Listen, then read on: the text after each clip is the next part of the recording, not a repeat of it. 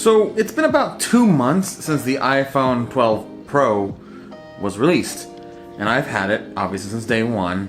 But the question is did I make a mistake getting this phone? Before having the 12 Pro, I had an iPhone XS, so this is actually a pretty good upgrade for me. But the biggest thing was the question, do I get an iPhone 12 Pro, a 12, or even a 12 mini? My initial thoughts in comparing all of the new iPhones to each other was the fact that, well, it came down to design, really. There are some camera differences between the 12 and the Pro, although they're very minor outside of obviously adding the telephoto lens.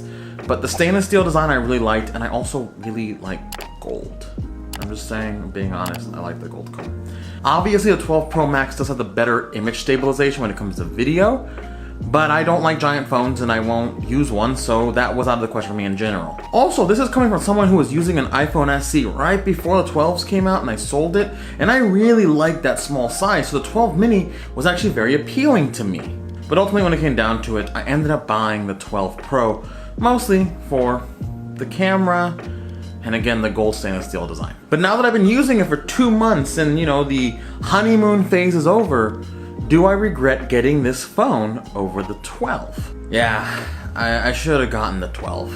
And I came to this realization about a month and a half in, where I was really saying, I think I spent too much money when I could have had the same thing for less. So I got to the point where I was looking into how to return a 12 Pro so I can downgrade to a 12, and I was doing all of this when all of a sudden Apple releases Apple Pro RAW, which is your way of taking raw photos with your iPhone. Now, you've been able to take raw photos before with other apps, but Apple Pro RAW is a raw image with some Apple algorithm thrown on top of it, right? So it comes out during this time, I start using it just out of curiosity, and well, it's freaking amazing. Here are some test shots I took of Pro RAW and how much you can actually change them and edit them in Lightroom. Now, obviously I have a camera that I can take raw photos with, and it works, but there is a convenience of being able to pull out your phone and taking a raw photo that you can fully edit properly in a photo editing software. And iPhone photos are already really good just plain out of camera. So now have a raw photo with that same Apple algorithm, that same Apple color and everything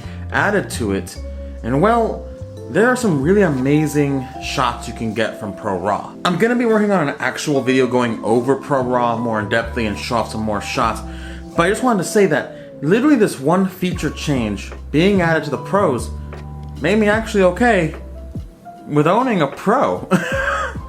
I stopped looking into returns, I stopped doing any of that, because now I'm taking pictures with my phone all the time. And it's mostly because I love taking pictures with my phone. Yes, I take my camera with me pretty much everywhere I go, and yes, I take pictures with it, but there is a convenience of pulling out your phone and taking a raw photo immediately versus having to sit there and fiddle with some settings before taking a raw photo with your regular camera. I've been doing that a lot, and it's been worth it, and I've been enjoying it. So, yeah, look for a Pro RAW video going over everything, but 2 months in, I did have buyer's remorse till Pro RAW came out, and this might just get me to stay on the 12 Pro train.